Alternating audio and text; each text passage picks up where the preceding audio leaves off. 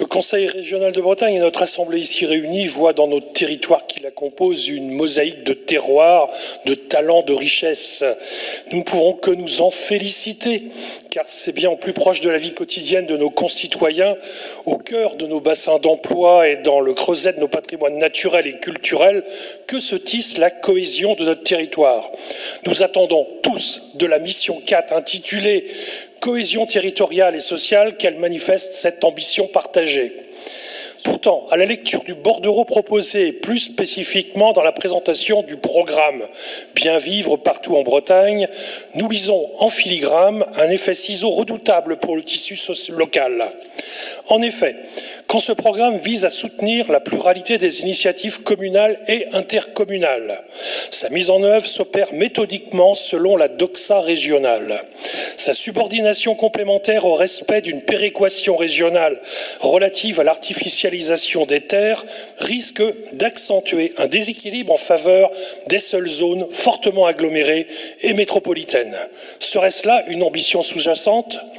Au programme 403, et plus précisément concernant Bien vivre partout en Bretagne en 2021, les EPCI étaient tenus de prioriser les projets, au regard de leur participation à l'ambition du territoire d'une part, et aux critères de subvention alloués d'autre part.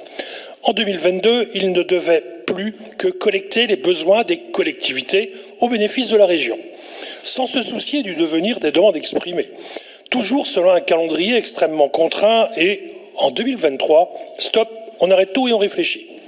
Deux extraits du RUB méritent à notre sens un éclairage particulier. Je cite sur le premier, « Ainsi, sur cette base, certaines politiques ont d'ores et déjà été re-questionnées depuis 2021. C'est ainsi notamment le cas du dispositif Bien vivre partout en Bretagne. Le travail se poursuivra et s'intensifiera en 2023, permettant ainsi de déployer la péréquation des soutiens régionaux à d'autres actions du budget de la collectivité. » Je dirais, expérimenté en 2021, aux modalités modifiées en 2022, le programme est donc re-questionné en 2023.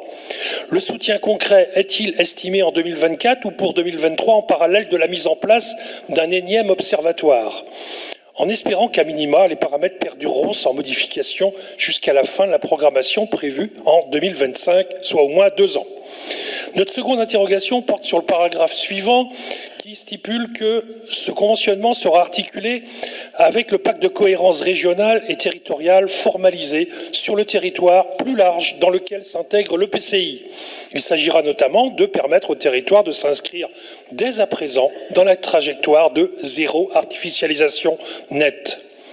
Je dirais, pourriez-vous, s'il vous plaît, expliciter le lien entre le programme régional de subvention pour soutenir la vitalité des collectivités locales et votre rôle auprès des territoires pour qu'ils s'inscrivent avant l'heure dans la trajectoire du zéro artificialisation nette.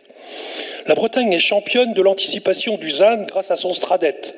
Si les promoteurs de la métropolisation à tout crin s'en réjouissent, pour notre part, nous constatons déjà l'anxiété et les incertitudes que cela génère sur les territoires ruraux. Nous savons tous également que le ZAN soulève plus de questions qu'il n'apporte de réponses, y compris d'ailleurs pour ses rédacteurs, à tel point qu'il ferait très probablement l'objet de révisions avant même son début de mise en application.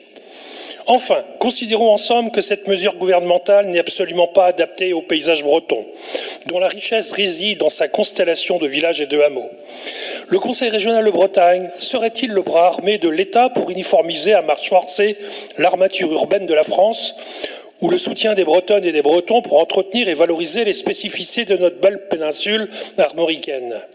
Formulé autrement, confirmez-vous votre volonté d'appuyer l'application du ZAN en conditionnant le reversement de subsides bretons aux collectivités de la région à sa prise en considération ? À l'heure où l'État réduit drastiquement ses dotations aux collectivités, comptez-vous lui emboîter le pas en surajoutant de la norme à la norme ? Enfin, à quel titre exercez-vous cette pression sur les compétences des collectivités à l'échelle du pacte de cohérence territoriale, c'est-à-dire généralement du SCOT, quand la question de l'artificialisation des sols portera des conséquences à l'échelle des PLU, voire des PLUI ? Je vous remercie.